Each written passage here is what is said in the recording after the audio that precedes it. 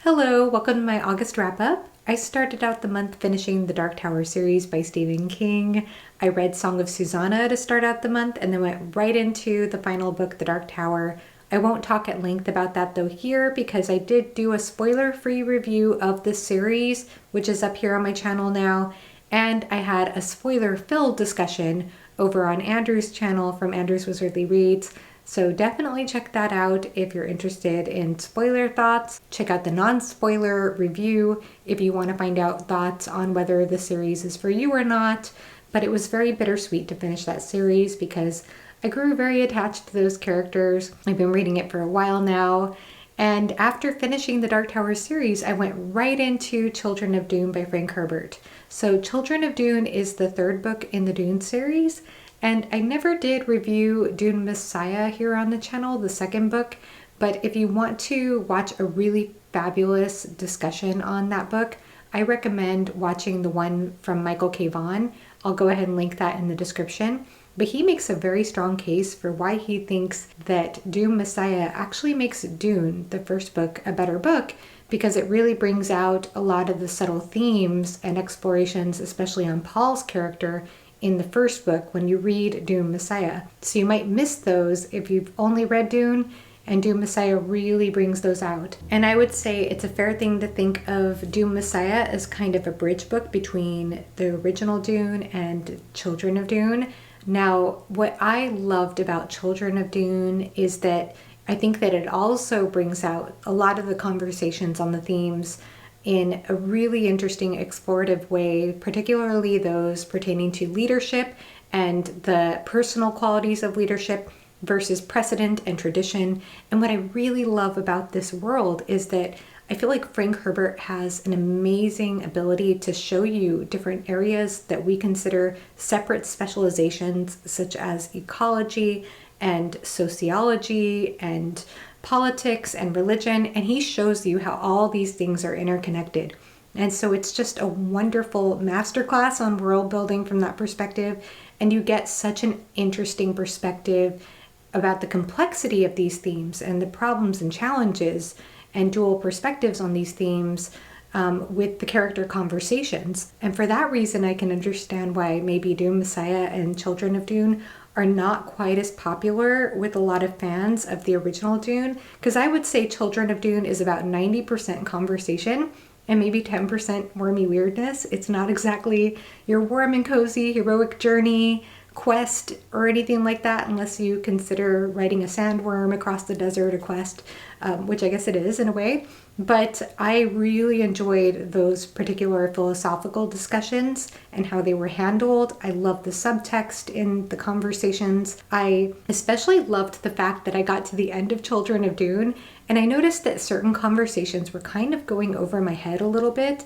And then when I got to the end, I went back over certain passages and certain conversations and suddenly just saw these things in a whole new light. I saw how everything was like perfectly planned all along. And so it was just beautifully plotted in that way. And there were some powerful, dramatic moments as well. So incredible family moments, family dynamics, a character that I thought was particularly tragic in Children of Dune. I won't give away which character this was. There are a lot of actually tragic characters in Dune, but there was one in particular that actually reminded me a lot of Felison from Dead House Gates and Malazan. And so I found it interesting to kind of compare those two journeys. But in general, I just thoroughly loved Children of Dune to the point where it made me want to go back and reread the first two books and reread Children of Dune. That's how much I enjoyed it. And again, if you're not into the philosophical explorations and cultural and religious explorations and conversations like that, and you're more into like action-packed space operas, then I'm not sure it will be for you. But I just really adored it. I especially loved how in the first book, in the original Dune book, you get the Litany of Fear, and it has a certain resonance. It has a certain gravitas to it in the first book. But when you get to the third book, it has a whole new sort of significance to it. I was messaging Brittany from Books with Brittany because she was really into the series last year, and I was kind of lamenting over the fact that I'm barely getting into it now, or barely got to this third book now when I could have been getting into it a year earlier with her, but I was reading other things at the time. It just goes that way sometimes. And I will pick up the fourth book. I'm probably not going to be in a hurry to do it. I read the third book via ebook through my library. I was on a hold list and I kept on pressing the deliver later for that ebook because I never quite had the space for it. But then some space opened up, and so I just enjoyed reading that book so much. And then from there, I also read the 5th volume of Vinland Saga, continuing that journey. And of course, I can't say much about that because it's a continuation of a series, but I'll just say I'm continuing to enjoy that series. Now, the first 4 volumes are considered a complete arc, and so the 5th volume does go in a different direction than I was expecting, and we're introduced to a bunch of new characters, and I'm so impressed how much I'm enjoying all the character work in this manga so far. So it continues to be a fun journey, and I hope to pick up the 6th volume soon, I hope. And then aside from that, I also read Enemy of God by Bernard Cornwell. This is book 2 in the Warlord Chronicles, and I loved it. So a few things to say about this. The Warlord Chronicles is a historical fiction trilogy, a King Arthur retelling by Bernard Cornwell. And I would say it does a great job demystifying the Arthurian myths in a way. So the thing that he does so well is that he kind of presents a lot of these familiar characters from Arthur legends, such as Arthur and Guinevere and Lancelot and Merlin, all these like familiar characters you may or may not be familiar with anyway, and he presents them in a way that's not quite heroic. In fact, each character is very flawed, and what I loved about the first book is it's in first person narration. It's a framed narrative. You're hearing this from a character named Durfal's perspective, and he is telling the story from somewhere in the future, and you're constantly questioning, how did he end up where he ends up, considering where he started out? And the other thing about that is because it's in first person and because he's telling this story to somebody, you do question his reliability as a narrator. I think he even kind of hints that he might not be the most reliable narrator. But related to his reliability is whether magic is real or not. I felt as a reader, I was constantly questioning whether magic is a real thing or not in this fictional world. So this is, of course, all happening with the backdrop of Christianity and paganism. And so all of the political and religious aspects of the world are fascinating. The character work is so good. And with the flawed characters, I would say it kind of reminds me a little bit of Abercrombie's First Law trilogy, even in the sense that the first book, The Winter King, has a great introduction to characters and world building, but it's not necessarily the most focused regarding the plot in the first book. And then the second book really amplifies all the story elements. We get a magical quest journey, I should say, for a questionable magical item that may or may not be really magical. It's hard to tell again.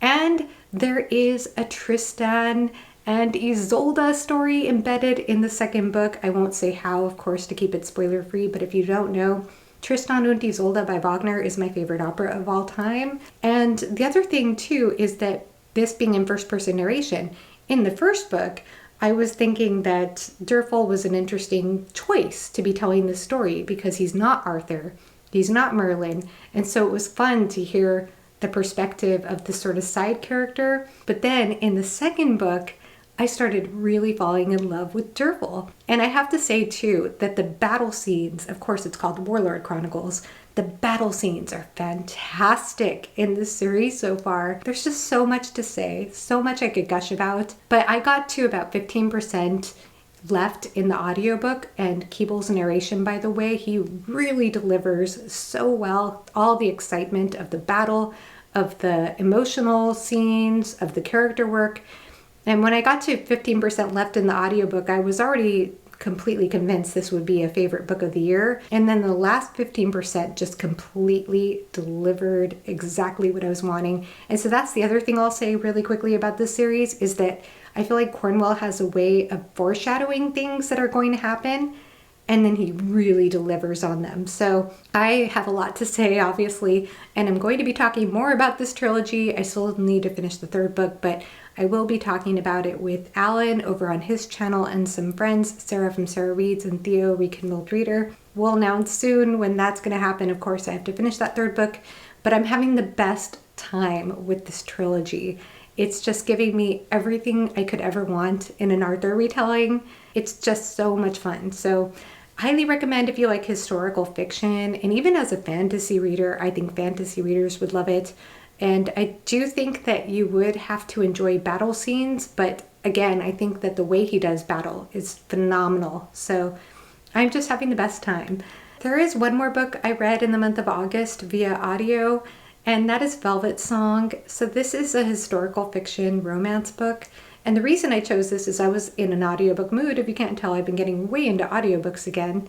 I go through phases where I'm really into them and then phases where I'm really not. But I was in an audiobook mood and I wanted something that didn't take a lot of mental bandwidth, because I find fantasy for me takes a lot of mental bandwidth, especially with audio, to keep straight the ideas of world building and magic and characters.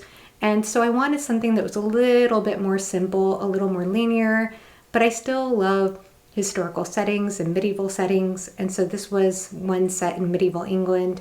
We follow a woman who is pretending to be a boy in order to escape, in order to save herself from these people who are attacking her. And so she dresses as a boy, and she's also a singer, and she mesmerizes people with her voice. And so I thought that was interesting, especially a woman pretending to be a boy, but still having this beautiful voice that is obviously gender neutral in order for people to believe she was a boy, which was questionable. I did like the setting, I did like the music parts, but I personally did not care for the romance at all. I would not even recommend this book to romance fans because it was very much enemies to lovers, and I guess that kind of helped in a little bit because there wasn't much interaction as a result, or much romantic interaction between these two characters, but I did not care for the male character at all. I thought he was way too aggressive and overbearing. I did not care for him at all.